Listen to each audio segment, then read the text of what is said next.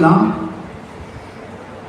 اللہ نے اس کائنات ارض سماوی میں جتنے انسان بنائے سب میں سے حسین چہرہ مصطفیٰ کریم کا چہرہ ہے۔ اس کی خاص وجہ بھی ہے، حضور کے چہرہ انور کو اللہ کے نور ازلی کے خاص جلووں کا فیض ملا، اللہ کے نور ازلی کے خاص جلووں کا، کیا عرض کیا میں نے؟ خاص جلووں کا فیض ملا ہے۔ آپ توجہ رکھیے گا اس بات کی طرف۔ آپ نے ایک واقعہ سنا ہے قرآن مجید فرقان حمید میں،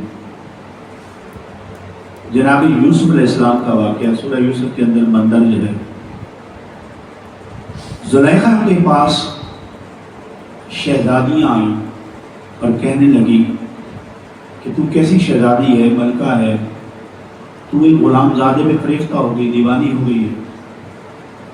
انہوں نے اس پہ ایک قسم کا الزام لگا دیا زلیخا پر کہ ہمارے محلات میں یہ بات گردش کرتی ہے کہ یہ جو ملکہ ہے، یہ جو شہزادی ہے، اپنے غلام زادے پہ، اپنے خریدے ہوئے غلام پہ عاشق اور دیوانی ہو گئی ہے۔ تو زلیخا نے دل ہی دل میں سوچا اور دل ہی دل میں کہا، جو میں نے دیکھا ہے تم نے کب دیکھا؟ تم دیکھو تو صحیح نا ایک بات، تو پھر یہ الزام مجھ پہ لگاؤ کہ میں جھوٹی ہوں یا سچی ہوں؟ ایک بار تم بھی دیکھو تو صحیح نا۔ تو قرآن نے اس کی ساری پلانیں کو بیان کیا، توجہ رکھیے گا، ساری پلانیں کو بیان کیا قرآن نے۔ زلیخا نے ایک اہتمام کیا اور منصوبہ تیار کیا۔ منصوبہ اس نے یہ تیار کیا، زلیخا نے، آواز آ رہی سب تک؟ زلیخا نے یہ منصوبہ تیار کیا۔ اس نے دل میں سوچا کہ میں سب کو دعوت کرتی ہوں اور دعوت کر کے سب کی اپنے گھر میں بلاتی ہوں، اپنے گھر میں بلا کے ان کی دعوت کا اہتمام کرتی ہوں۔ اس کام کے لیے اس نے منصوبہ یہ تیار کیا کہ گھر میں بلا کے گاؤں تکیے لگا کے ان کے سامنے پھل رکھے جائیں گے، فروٹ رکھے جائیں گے، اور ان کے سامنے ان کے ہاتھ میں ایک چھری دے دی جائے گی، اور جب چھری ان کے ہاتھ میں آ جائے گی تو پھر جناب یوسف علیہ السلام سے کہوں گی کہ آپ ذرا ان کے سامنے آئیے۔ یہ زلیخا نے پلاننگ تیار کی۔ اب قرآن اس بات کو بیان کر رہا ہے، اللہ کریم نے فرمایا فَلَمَّا سَمِعَتْ بِمَكْرِهِنَّ، جب زلیخا نے ان کی باتیں سنی نا، مصر کی عورتوں کی، شہزادیوں کی، أَرْسَلَتْ إِلَيْهِنَّ، ان کی طرف دعوت نامے بھیجے کہ آ جاؤ میرے گھر میں، میرے گھر میں آؤ۔ أَرْسَلَتْ إِلَيْهِنَّ وَآتَتْ لَهُنَّ مُتَّكَأً، ان کے ساتھ ایسے گاؤں تکیے لگائے، تکیے لگا کے ان کو بٹھا دیا۔ وَآتَتْ كُلَّ وَاحِدَةٍ مِنْهُنَّ سِكِّينًا، ان میں سے ہر ایک کو چھری دے دی، اور جب چھری ان کے ہاتھ میں تھی اور پھل ان کے ہاتھ میں تھے تو ایسی کیفیت بنا کے اس نے یہ منظر نامہ بنا کے جناب یوسف علیہ السلام سے اس نے کہا وَقَالَتِ اخْرُجْ عَلَيْهِنَّ، کہ یہ حجاب ہٹائیے اور اپنا چہرہ ان کے سامنے لائیے، ان کو دیدار کروائیے۔ جب یوسف علیہ السلام ان کے سامنے آئے، حجاب ہٹنے کی دیر تھی، فَلَمَّا رَأَيْنَهُ أَكْبَرْنَهُ وَقَطَّعْنَ أَيْدِيَهُنَّ قُلْنَ حَاشَ لِلَّهِ مَا هَذَا بَشَرًا إِنْ هَذَا إِلَّا مَلَكٌ كَرِيمٌ، وہ ساری مبہوت ہو گئی، پھل بھی کٹ گئے، انگلیاں بھی کٹ گئی، کہتی یہ ہے زلیخا تو سچی تھی، یہ بشر نہیں ہے، لبادہ بشریت میں کوئی فرشتہ نازل ہو گیا۔ تکبیر، اللہ رسالت یا رسول اللہ، حیدری جشن میلاد النبی زندہ باد، علماء اہل سنت زندہ باد۔ اللہ اکبر۔ کچھ باتیں سمجھنے والی ہیں اس واقعے کے اندر، وہ سمجھا کے ہم اپنے موضوع کی مناسبت طرف آنے لگے ہیں۔ اتنی بات آپ کو سمجھ آ گئی کہ مصر کی عورتیں جناب یوسف علیہ السلام کا دیدار کرنے کے بعد ہوش کھو بیٹھی۔ اچھا ہوش نہیں کھو بیٹھی، اگر ہوش کھو بیٹھی نا تو اگلا کلام نہ کرتی۔ ہوش نہیں کھویا ان کا۔ بعض لوگوں نے کہا کہ وہ ہوش کھو بیٹھی۔ جو بندہ بے ہوش ہو جائے وہ کلام کرتا ہے؟ نہیں کرتا۔ اگر وہ بے ہوش ہو جاتی نا تو اگلا کلام نہ ہوتا. بے ہوش وہ نہیں ہوئی, ہوش انہیں تھا, لیکن ہوش کسی اور چیز کا تھا. جو ہوش انہیں تھا نا وہ اور تھا, وہ عرض کرتے ہیں.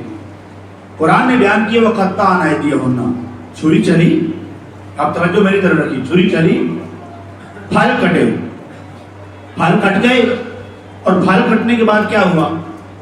انگلیاں بھی کٹی. کیا ہوا حضرت؟ انگلیاں بھی کٹی. آپ ایمانداری سے بتائیں کہ آپ اگر پھل کاٹ رہے ہوں اور یکا یک آپ کے ہاتھ پہ چھری لگ جائے تو کیا ہوتا ہے؟ درد ہوتا ہے. درد ہونے کے بعد ریئیکشن کیا ہوتا ہے؟ خون آتا ہے. خون آنے کے بعد ریئیکشن آپ کا کیا ہوتا ہے؟ آپ کیا کرتے ہیں؟ بولیے نا. آپ کرتے ہیں, یہ پہلا ریئیکشن ہے, ہائے نکلتی ہے. اور پھر دوسرا ریئیکشن کیا ہے؟ ہاتھ نیچے کھینچ لیتے ہیں, پھل بھی گر جاتا ہے, چھری بھی گر جاتی ہے, دونوں ہاتھ خالی ہو جاتے ہیں.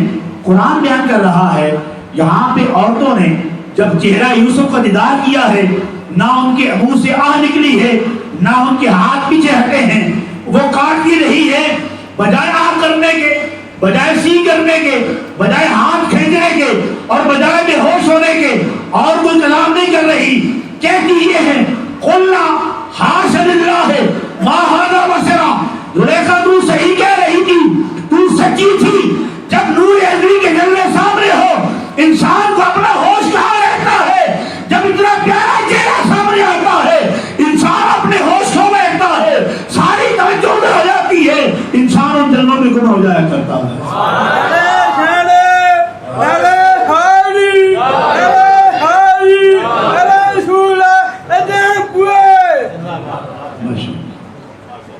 انسان ان جلووں میں گم ہو جاتا ہے, اسے اپنا ہوش نہیں رہتا ہے, وہ اس ہوش میں چلا جاتا ہے جہاں پہ توجہ اس کی ہو جاتی ہے. اور یہاں پہ یہی ہوا ہے. یہ بات یہاں تک آپ نے واقعہ سن لیا قرآن کا. یہ سورہ یوسف ہے, آپ دیکھ سکتے ہیں, پارہ نمبر 12 اٹھا کے دیکھ سکتے ہیں.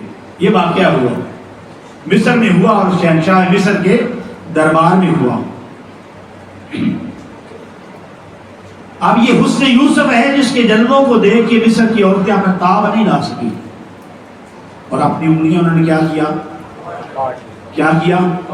کاٹی نہیں تھی, کٹ گئی تھی. کاٹی نہیں تھی بلکہ کاٹنے اور کٹنے میں بڑا فرق ہوتا ہے. کاٹنے اور, آپ آلو چھیلتے ہیں, فروٹ چھیلتے ہیں, اسے کاٹتے ہیں, یہ کاٹنا ہے. اور کٹنا وہ ہوتا ہے جو آپ کے ہاتھ پہ کٹ لگتا ہے. یہاں پہ انگلیاں کاٹی نہیں بلکہ کٹی ہیں, اور جن کی کٹی ہے وہ مرد نہیں, وہ عورتیں ہیں. اور سامنے حسن یوسف ہے. امام الشام نے انتہا کر دی, فرمایا لوگوں دیکھو حسن یوسف کا معیار یہ ہے, اس کا انداز یہ ہے, اس کی کیفیت بھی یہ ہے, لیکن جب حسن مصطفیٰ کی باری آتی ہے تو کیفیت اور ہو جاتی ہے. حسن یوسف نے کٹی, مصر میں انگشت زنا اور سر کٹاتے ہیں تیرے نام پہ.